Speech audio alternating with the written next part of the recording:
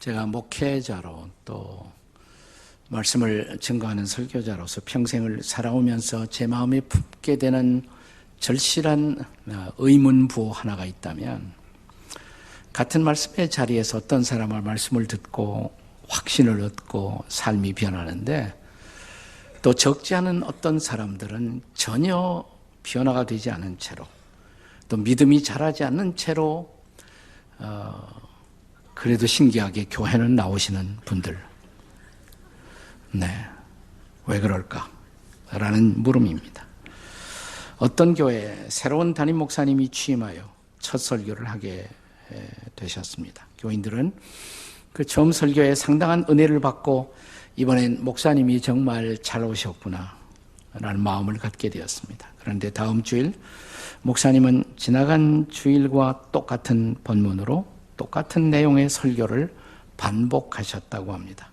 그러자 어떤 이들은 고개를 갸우뚱거리고, 하지만 대부분의 성도들은 아마 목사님이 그 메시지가 정말 중요하기 때문에 한 번 더 반복적으로 설교하신 것으로 이해를 했다고 합니다. 근데 문제는 세 번째 주일, 다시 목사님은 똑같은 본문으로 똑같은 내용의 설교를 반복하시자 몇몇 교우들은 참지 못하고 목사님을 찾아가 항의를 했다고 합니다. 목사님, 세 번씩이나 똑같은 본문으로 똑같은 설교를 하신 거 아시나요? 목사님은 예, 물론 잘 알고 있습니다. 근데 저는 설교의 목적이 설교를 듣는 것이 아니라 그 말씀을 받아 우리의 삶에 적용하고 순종하기 위한 것으로 저는 생각을 합니다. 그런데 저는 지난 2주에 걸친 반복되는 설교의 강조에도 불구하고 우리 가운데 그 말씀이 순종되거나 적용된 흔적을 전혀 찾아보지 못했기 때문입니다. 라는 대답을 하셨다고 합니다. 마태복음 13장을 가리켜 신학자들은 하나님 나라의 장, 킹덤 챕터, 혹은 천국 백성들의 정체성의 비유의 장이라고 말하기도 합니다. 여기 마태복음 13장에서 1년에 천국 시리즈 비유를 말씀하실 때마다 예수님은 제 아들에게 천국은 마치, 이 마태복음 13장에 반복되는 단어예요. 천국은 마치라는 표현을 사용하시며 가르치십니다. 더 정확하게 말하면 천국 백성은 마치 이와 같다. 이런 형식으로 그리스도인의 정체성을 가리키고 계십니다. 첫 번째 비유를 우리는 흔히 씨 뿌리는 자의 비유라고 말합니다. 그 핵심은 뿌려지는 복음의 씨를 하나님 나라의 백성들이 어떻게 수용해야 할 것인가를 가르치고 계십니다. 본문에서 예수님은 그가 전하신 말씀, 또 그의 제자들 통해서 전해질 하나님의 말씀에 사람들이 어떻게 순종하고 어떻게 반응하느냐에 따라서 천국 백성들의 삶이 만들어질 것을 가르치십니다. 여기 이 씨 뿌리는 비유의 중요한 전제 하나는 씨에는 문제가 없다는 것입니다. 같은 씨, 같은 말씀입니다. 중요한 것은 씨를 받아들이는 마음밭의 문제를 다루고 계십니다. 한마디로 주님께서 이 말씀을 받는 사람들에게 기대한 천국 백성들의 마음밭은 좋은 땅입니다. 하지만 주님은 이 좋은 땅에 도달하지 못하는 세 가지 마음밭을 먼저 말씀하시고 마지막으로 주님이 기대하신 천국 백성들의 마음밭, 좋은 땅의 본질을 말씀하십니다. 자, 첫째는 길가와 같은 마음이에요. 길가와 같은 마음. 여기서 길가란 팔레스타인의 상황에서 밭과 또 하나의 밭 사이에 난 길을 의미했습니다. 당시 전 세계는 로마의 영향 아래 있었기 때문에 소위 군사도로라고 일컬어지는 에그나티아, 로마가 지배하는 모든 식민지를 관통하고 있는 굉장히 큰 에그나티아 길, 지금도 남아있는 소위 군사도로가 존재했지만 대부분의 사람들이 일상적으로 다니는 통행로는 적어도 팔레스타인에서는 밭과 밭 사이에 난 길이었습니다. 농부들, 마을 사람들, 그리고 나그네들, 여행객들이 이런 길을 밟고 다녔습니다. 이런 통행이 빈번하다 보면 도로는 반질반질해지고 마침내 굳은 땅이 됩니다. 자, 여기에 씨를 뿌려요. 그러면 씨가 떨어진들 그 위에 흙이 덮여지지도 못하고 따라서 뿌리를 내릴 수도 없고 열매를 맺을 수는 더욱이 없습니다. 자, 본문 4절을 보시기 바랍니다. 4절 함께 같이 읽습니다. 시작.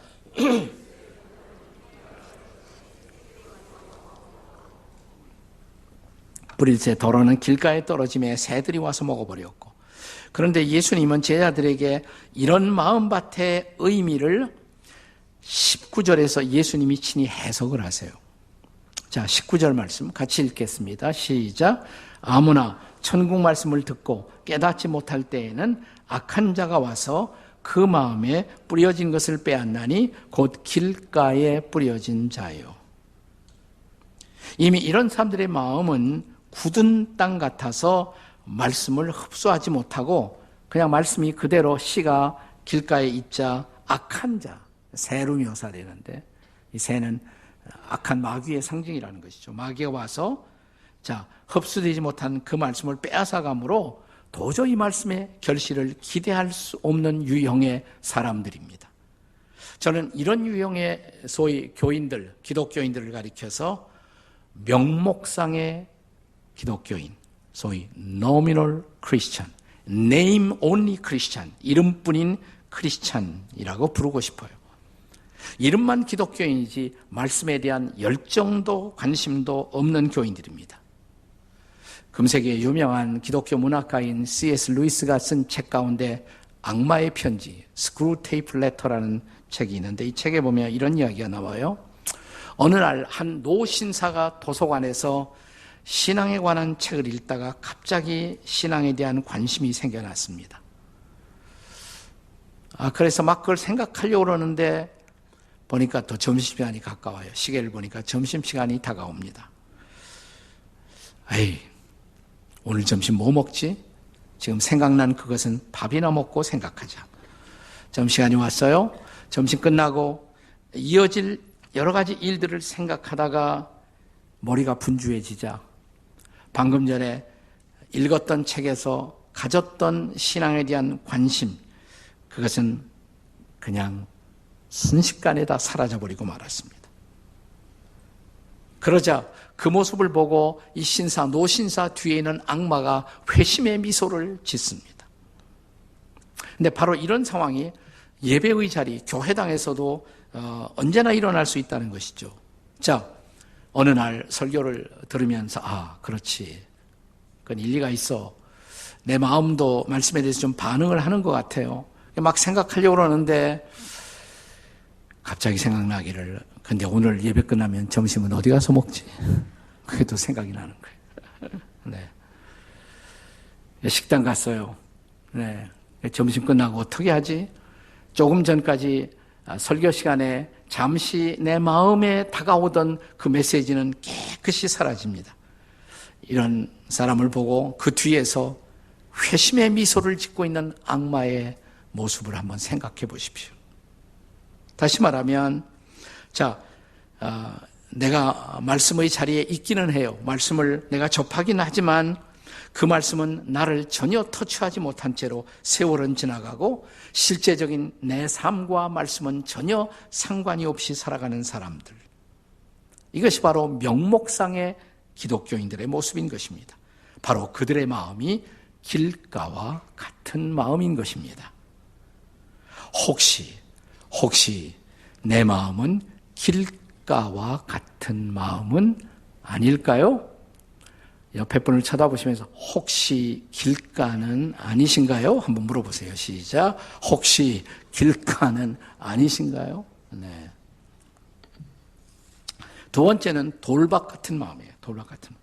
우리가 이스라엘 방문해 보면 실제로 우리는 거기에 돌밭이 많은 것을 볼 수가 있습니다. 라임스톤, 석회석 같은 것이 많아서 그런 것에 씨를 뿌리면 당연히 뿌리를 내리지 못하고 열매를 맺지 못합니다. 자, 본문의 5절과 6절을 같이 읽겠습니다. 시작. 더러는 흙이 얇은 돌밭에 떨어짐에 흙이 깊지 아니하므로 곧 싹이 나오나 해가 돋은 후에 타서 뿌리가 없으므로 말랐고. 자, 이런 돌밭 같은 마음에 대해서 이것이 무엇을 의미하는지 예수님의 해석을 들어보세요.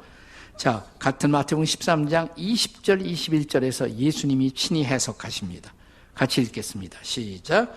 돌밭에 뿌려졌다는 것은 말씀을 듣고 즉시 기쁨으로 받되 그 속에 뿌리가 없어 잠시 견디다가 말씀으로 말미암아 환난이나 박해가 일어날 때에는 곧 넘어지는 자요. 저는 이런 유형의 교인들을 가리켜서 피상적 기독교인, superficial Christian이라고 부르고 싶어요. 자, 이들은 교회에서 선포되는 말씀에 일시적으로 동의도 하고 함께 웃기도 하고 함께 눈물을 흘리기도 하고 공감할 수 있는 사람들이에요. 근데 어느 한순간 이 신앙이 나에게 손해를 가져다 준다. 물질적인 손해를. 내 삶에 혹은 불편을 가져다 준다. 그러면 언제든지 소위 내가 잠시 접한 이 기독교 신앙에 대해서 바이바이 할 수 있는 준비가 되어 있는 사람. 이게 바로 피상적 기독교인이다 이 말이에요. 우리가 철로 역정 읽어보면 우리 교회에서 하는 우리 가평에 가면 그 철로 역정 순례 공원이 있습니다. 그 길에서 자 이제 처음 출발점이 크리스찬이 멸망의 도시를 떠나는 거예요. 메시지를 받고 하나님의 말씀을 받고 자기의 죄를 깨닫고 괴로워하면서 천국 가는 신앙의 여행을 출발합니다. 출발할 때 같이 그 멸망의 도시에서 따라 나온 사람이 있어요. 네, 따라 나온 사람의 이름이 변덕씨입니다. 변덕씨. 플라이어블. 뭐 어떤 번역에는 유약씨 혹은 연약씨 이렇게 불려지기도 하는데 자, 말씀을 듣고 솔깃했어요. 솔깃하죠. 아, 그 일리가 있다. 한번 나도 한번 그렇게 해보자. 그는 이 말씀을 듣고 나도 마음이 황홀해졌다. 이런 고백을 해요. 하지만 얼마 가지 않아서 크리스찬과 함께 늪속에 빠집니다. 절망의 늪속에 빠집니다. 그러자 갑자기 이 플라이어블 변덕씨는 화를 내면서 항의를 합니다. 이것이 당신이 말한 그런 행복이란 말이요. 우리가 이 길을 떠나온 지 얼마 안 돼서 이런 고생이 있다면 앞으로 얼마나 많은 고생이 있겠소. 그리고 그는 다시 돌아갑니다. 자기 고향집으로 멸망의 도시로 다시 돌아갑니다. 바로 이런 유형의 교인들, 다시 말하면 그 신앙의 여정이 결코 목표에 도달할 수 없는 사람들, 이런 것을 피상적 교인들 혹은 감정적 교인들이라고 말할 수가 있어요. 최근 중국 땅에서는 교회에 대한 핍박이 갑자기 아주 심해졌습니다. 많은 선교사님들이 지금 중국을 떠나고 있습니다. 절반 이상을 떠났어요. 한 통계에 의하면 중국 정부가 거의 3분의 2의 선교사들을 다 쫓아냈다고 합니다. 네, 여러분 기도하셔야 돼요. 중국을 위해서 특별히 여러분 기도를 많이 하셔야 합니다. 그런데 과거에도 한때 소위 문화혁명 당시에 그런 핍박이 와서 교회를 다 폐쇄시키고 선교사를 전원 다 쫓아냈던 적이 있어요. 그때 한 선교사님이 중국 지도자와 마지막 작별의 차를 나누면서 이런 말을 했다고 합니다. 잘 견딜 수 있겠소? 앞으로 잘 견딜 수 있겠소? 그러자 이 중국 지도자는 선교사님, 지금 우리가 차 마시고 있잖아요. 이 차가 제맛이 나려면 이 뜨거운 물에 잘 우려내야 차 맛이 나지 않습니까? 저는 다가오는 고난, 이 고난은 진짜 성도와 가짜 성도를 구별하는 계기가 될 것이라고 믿습니다. 선교사님, 진짜들은 모두 다 잘 견딜 것입니다. 가짜들은 물론 떠나가겠지만 진짜들은 잘 견딜 것입니다. 다시 말하면 잠시의 환난, 조금의 어려움, 그 어려움을 견디지 못하는 가짜들, 이게 바로 피상적 돌밭 교인들인 것입니다. 네, 행여나 혹시나 옆에 사람 쳐다보시면서 돌밭 아니세요? 한번 물어보세요. 시작. 돌밭 아니세요? 이렇게 물어보는데 전혀 대답하지 않고 움직이지 않는 사람이 진짜 돌입니다. 이게 돌밭. 예. 세 번째는 가시떨기 같은 마음입니다. 가시떨기 같은 마음. 이 가시떨기 밭에 떨어진 씨 한번 생각해 보세요. 7절입니다. 본문의 7절 같이 읽습니다. 시작. 더러는 가시떨기에 떨어짐에 가시가 자라서 기운을 막았고. 자, 이게 도대체 어떤 마음이냐? 예수님이 또 해석을 하세요. 13장 22절. 자, 22절을 같이 읽습니다. 시작. 가시떨기에 떨어졌다는 것은 말씀을 들으나 세상의 염려와 재물의 유혹에 막혀 결실하지 못하는 자요. 자, 이들에게 말씀에 대한 관심도 있어요. 열정도 있어요. 말씀을 사모해서 열심히 경청하기도 했습니다. 근데 문제는 이들에게 말씀에 대한 관심보다 더 큰 관심, 더 큰 다른 욕심이 있었어요. 물질적인 재물의 욕심이 있었습니다. 아무래도 이렇게 가단 내가 신앙생활하면서 내 물질만 축락했다. 결국 이 신앙을 버릴 수밖에 없는 사람들, 이게 가시떨기 밭이다 이 말이에요. 마치 복음서에 예수님이 말씀하신 어느 날 그분이 만났던 부자 청년 관원처럼 그가 예수님 앞에 와서 중요한 질문을 했어요. 선생님이 어떻게 해야 영생을 얻을 수가 있습니까? 아주 중요한 질문을 했잖아요. 어떻게 해야 영생을 얻을 수가 있겠습니까? 근데 예수님이 가만히 보니까 이 사람의 마음속에 재물이라는 욕심이 많아요. 이걸 버리지 못하면 신앙생활 제대로 못할 사람인 걸 아시고 예수님이 우리에게 꼭 같은 말씀을 다 하시는 건 아니란 말이죠. 이 청년에게만 이런 말씀을 하셨어요. 당신이 가진 것을 다 버리고 나를 따라오시오. 그러면 영생을 얻을 수가 있습니다. 성경은 기록하기를 이 청년이 재물이 많은 고로 근심하며 떠나니라 그랬습니다. 이 사람이 재물에 대해서 뭐 그렇게 큰 집착이 없는 사람이라면 그런 예수님 믿는다고 해서 꼭 그런 요구를 하시는 것은 아니죠. 이 사람의 케이스에서는 그랬단 말이죠. 다시 말하면 재물보다 예수님이 더 중요해야 할 텐데 그렇지 못했다 이 말이에요. 예수님보다 재물이 더 위에 있었어요. 그래서 예수님을 버릴 수밖에 없고 떠날 수밖에 없었단 말이죠. 이런 사람들이 가시밭 같은 마음의 교인들입니다. 저는 이런 교인들을 세속적 기독교인이다 이렇게 부르고 싶어요. Worldly Christian. 세상적인, 세속적인 그리스도인 혹은 secular Christian, 세속적인 그리스도인. 세상의 관심, 세상의 재물의 유혹이 지배하고 있었던 교인들. 철로 역정에도 그런 순례자가 등장합니다. 자, 크리스찬이 소망이라는 또 다른 순례자와 함께 길을 가다가 한 사람을 만나요. 근데 이 사람이 중간에서 길에 저를 따라 이쪽으로 오시면 은광이 있습니다. 거기 들려가시죠. 네. 그러니까 은이 있고 금이 있는 곳이 있다고 따라오라고 자기를. 이 사람이 누구냐면 데마라는 사람이에요. 데마. 성경에도 데마가 나오죠. 디모데후서 4장 10절에 나오지 않습니까? 같이 읽겠습니다. 시작. 데마는 이 세상을 사랑하여 데살로니가로 갔고, 세상을 사랑하여 결국 신앙의 길에서 떠날 수밖에 없었던 사람. 지금도 얼마나 많은 소위 이 신앙의 순례자들이 이 데마처럼 은광의 유혹 혹은 금광의 유혹을 이기지 못하고 신앙의 길에서 탈선하고 있습니까? 왜 그럴까요? 그건 황금과 하나님이 구별이 안 돼서 그런 거예요. 황금과 하나님. 여러분, 황금을 영어로 뭐라고 그럽니까? 골드라고 그래요. 골드. 근데 그 글자를 잘못 읽으면 L자가 안 보여갖고 골드가 가스로 보여. 골드가 가스로 보여. 네. 황금이 신으로 보여. 하나님처럼. 돈이 하나님으로 보인단 말이죠. 그래서 결국 돈을 자기의 신으로 섬기고 진짜 하나님을 떠나가는 사람들. 이런 세속적 관심과 유혹에 사로잡힌 세속적 기독교인들. 이들에게 말씀의 열매를 기대할 수가 없는 것이죠. 자, 그렇다면 하나님 백성들의, 진정한 백성들의 마음밭, 어떤 마음밭이어야 합니까? 그 정답은 좋은 땅입니다. 좋은 땅, 좋은 땅과 같은 마음. 본문의 8절을 보겠습니다. 8절 다 같이 읽겠습니다. 시작. 더러는 좋은 땅에 떨어짐에 어떤 것은 100배, 어떤 것은 60배, 어떤 것은 30배의 결실을 하였느니라.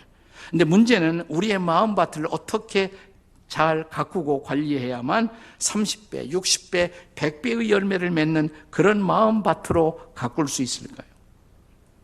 그 대답은 마태복음에서 찾을 수가 없습니다. 누가복음 8장 15절에서 누가를 통해 예수님이 대답을 들려주십니다. 누가복음 8장 15절 같이 읽겠습니다. 다 같이 시작. 좋은 땅에 있다는 것은 착하고 좋은 마음으로 말씀을 듣고 지키어 인내로 결실하는 자라. 자, 지금까지 우리가 돌밭교인, 가시밭교인 생각해 봤어요. 돌밭교인도 말씀을 들어요. 가시밭교인도 말씀을 들어요. 근데 거기서 끝나요. 자, 여기서 누가복음에서 예수님은 정말 좋은 땅이 되려면 말씀을 듣고 거기서 끝나지 않고 그 다음에 뭘 강조했어요? 지키어, 그 다음에 인내로 결실하는 자다. 듣기만 하면 안 된다 이 말이에요. 지켜야 한다 이 말이죠. 자, 말씀이 우리를 정말 변화시키려면 말씀을 듣는 것으로 끝나지 말고 말씀을 지켜야 한다 이 말이에요. 요한계시록 1장 3절에 보시면, 자, 성경의 마지막 책 계시록 1장이 열리면서 1장 3절에 이렇게 요한이 선포합니다. 한번 읽어보세요. 시작. 예언의 말씀을 읽는 자들과 듣는 자들과 그 가운데 기록한 것을 지키는 자들에게 복이 있나니. 누구에게 복이 있어요? 지키는 자들. 읽어야 돼요. 들어야 돼요. 근데 거기서 끝나면 안 돼요. 지키는 자리까지 가야 돼요. 지켜야 한다. 그러니까 지키려는 의지를 가지고 말씀을 듣고 말씀을 받아야 한다 이 말이죠. 그리고 그 말씀을 내 삶 가운데 적용하는 것, 그것은 일회성의 실험이 아니라 꼭 한 번만 그렇게 실험해 보는 것이 아니라 지속적인 순종이어야 한다 이 말이죠. 그때에만 말씀이 약속하신 그대로 우리는 30배, 60배, 100배의 열매 맺는 그리스도인들이 될 수가 있다 이 말이죠. 11세기에 유럽에 그 당시에 신성 로마 제국이라고 그랬어요. 신성 로마 제국에 헨리 3세라는 왕이 있었습니다. 그는 왕으로, 정치가로 나라를 다스리는 일에 무척 피곤과 환멸을 느꼈던 때가 있습니다. 그러면서 나도 수도사가 되고 싶다. 그래서 자기가 평소에 존경하는 수도원 원장을 찾아가서 나 같은 사람도 수도사가 될 수가 있는지를 묻습니다. 왕이 찾아오니까 수도원장이 얼마나 당황하겠어요. 수도원장이 근데 이 왕을 쳐다보시면서 하시는 말씀이, 우리 모든 수도사 후보들은 세 가지 서약을 한다는 것을 알고 계시는지요? 이 세 가지 뭐냐면, 첫째는 순명, 순종이에요. 둘째, 순결. 셋째, 청빈. 순종, 순결, 청빈 세 가지 약속을 해야 한다는 것을 혹시 아시는지요? 왕이 들어서 알고는 있습니다. 수도원 원장은 근데 그 중에서도 가장 중요한 것은 순종, 순명입니다. 명에 순종하는 것입니다. 제가 왕께서 이것을 과연 시행할 수 있는지 죄송하지만 제가 시험을 해도 괜찮겠습니까? 왕이 물론이죠. 수도원장이 다시 말합니다. 그렇다면 제가 한 가지 수도사가 되실 수 있는지 명을 하나 드리겠습니다. 그것은 뭐냐면, 지금 이 나라 백성들 가운데 너무 힘들어하고 삶이 어려운 백성들이 너무나 많습니다. 왕이시여, 일단 궁으로 돌아가셔서 이 힘들고 어려운 백성들의 눈물을 씻어주시고 그들을 잘 섬기다가 오시면 제가 그 다음 숙제를 드리겠습니다. 순종하실 수 있겠습니까? 순종하려면 가야 되잖아요. 다시 궁으로 가야 되잖아요. 아주 지혜로운 수도원 원장이죠. 여러분, 우리가 말씀을 지킨다는 것은 수도원 같은 데 가서 말씀 보는 거, 그게 말씀 지키는 것이 아니에요. 치열한 삶의 마당, 온갖 일들이 벌어지고 있는 삶의 마당에서 거기서 하나님 사랑하고 이웃들을 격려하고 이웃들을 섬기고 세우면서 살아갈 수가 있는지. 여러분, 성경의 모든 명령 가운데 가장 중요한 두 가지 명령 뭡니까? 내 마음과 목숨과 힘을 다하여 주 너의 하나님을 사랑하고 내 이웃을 내 몸과 같이 사랑하라. 그거잖아요. 가장 중요한 명령. 그러니까 말씀대로 하나님 사랑하고 내 옆에 힘들고 어려워하는 이웃들을 격려하고 그들을 일으켜 세우고 그들의 필요를 함께 도우면서 세워주는 것, 이웃들을 사랑하는 것, 우리가 말씀대로 그렇게 이웃들을 보듬어 안고 세워지며 살아갈 때, 그때 사랑하는 여러분, 우리는 정말 천국다운, 천국 백성다운 백성, 그리스도인다운 그리스도인, 제자다운 제자가 될 수가 있다. 이것이 바로 핵심입니다. 우리는 금년 한 해도 많은 말씀을 들을 것입니다. 교회 와서 말씀을 듣는다, 그게 중요한 것이 아니에요. 그보다 더 중요한 것은 뭐냐면 이 말씀을 듣고 이 말씀을 붙들고 이제 내 가정에 돌아가서 내 가정에서 내 삶의 한복판에서 직장에서 말씀대로 살기로 결단하는가, 이것이 우리가 어떤 천국 백성이 될 것인가를 결정하게 될 것입니다. 금년 안에 이 말씀을 붙들고 하나님의 백성다운 백성으로 나를 세워가는 이 한 해가 될 수 있기를 주의 이름으로 축복합니다.